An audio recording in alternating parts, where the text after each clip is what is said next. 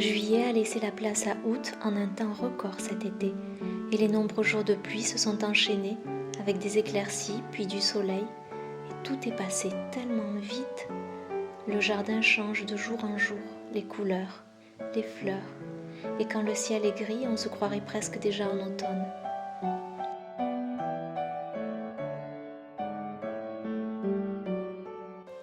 J'aime beaucoup ces jours gris où les rayons du soleil passent parfois à travers les épais nuages pour illuminer la végétation verdoyante de l'été. C'est mon temps préféré, un ciel gris sur une nature verte et abondante.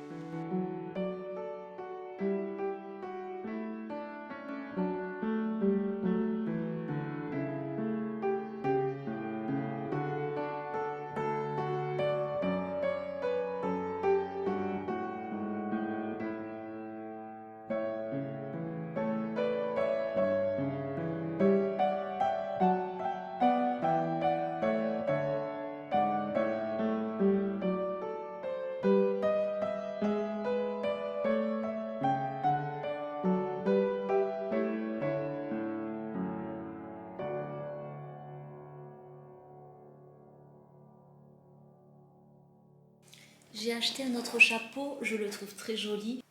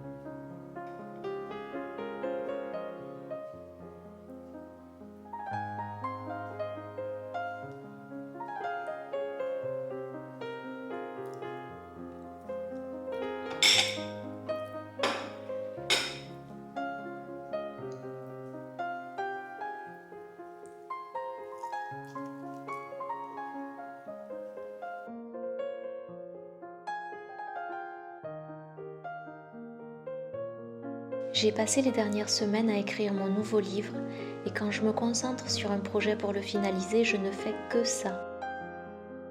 J'arrive à faire plusieurs choses en même temps, mais je suis quand même très perfectionniste. Alors quand je me lance dans la réalisation d'un projet, quel qu'il soit, je m'y mets à fond et j'y consacre pratiquement toutes mes journées. Alors j'ai passé beaucoup de temps devant mon ordinateur et j'ai terminé l'écriture du livre dans les temps.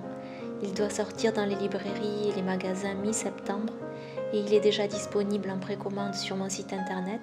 Je vous mets le lien en description sous cette vidéo. J'ai choisi comme titre « Survivre dans un monde incertain ». Alors j'espère que vous aimerez le lire autant que j'ai aimé l'écrire.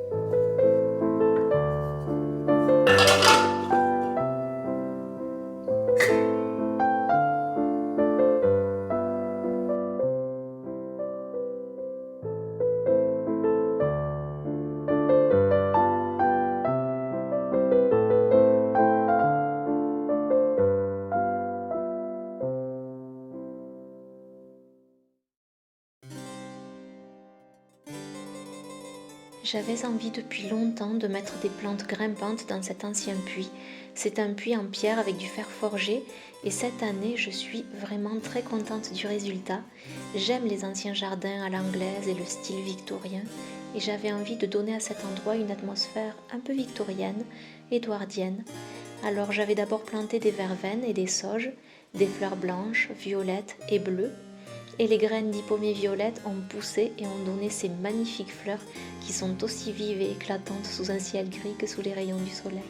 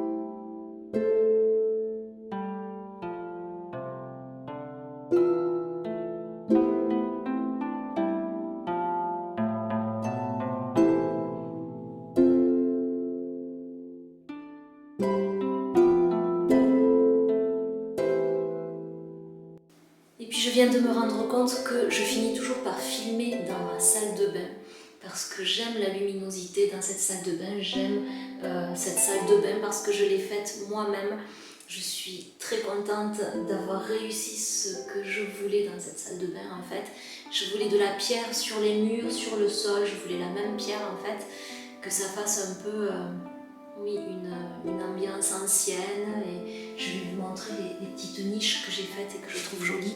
Voilà, je voulais que la baignoire soit entourée de petites mosaïques et puis qu'il y ait des petites niches pour pouvoir poser des petites bougies. Alors voilà, c'est moi qui les ai dessinées, qui ai fait la taille de chaque niche et bon, bien sûr on m'a aidé à mettre le carrelage sur les murs parce que c'est de la pierre et c'est très très lourd. Ces petites briquettes, je les aime beaucoup. J'ai fait le sol de la buanderie avec.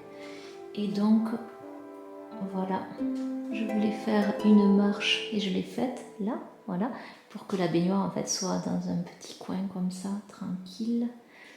Voilà, il n'y a pas grand chose, j'ai pas mis ni des bougies, ni des serviettes, ni rien. Mais j'aime beaucoup, comme ça quand c'est tout simple. Et puis j'ai fait les joints toute seule du carrelage. Ça m'a pris du temps parce que il y a des trous dans cette pierre, c'est du travertin. Et puis surtout, je voulais le poser en opus romain, donc ça c'est la pose en opus romain. Bon, je suis désolée, je suis en train de vous parler de carrelage dans cette vidéo, mais j'avais envie de vous le montrer en fait. Bon, ça fait déjà plus d'1 an et demi que je l'ai fait. Donc la pose en opus romain, c'est ce qu'on fait dans certaines habitations anciennes et voilà, j'aime beaucoup ça. Donc en fait, aucun carreau n'a la même grandeur. Enfin si, les carreaux, il y a des carrés, des rectangles, plus ou moins grands, plus ou moins petits. Ils sont à poser selon un plan particulier, donc j'avais fait le plan. Bon, c'est encore un peu vide parce qu'il manque des meubles dans cette salle de bain.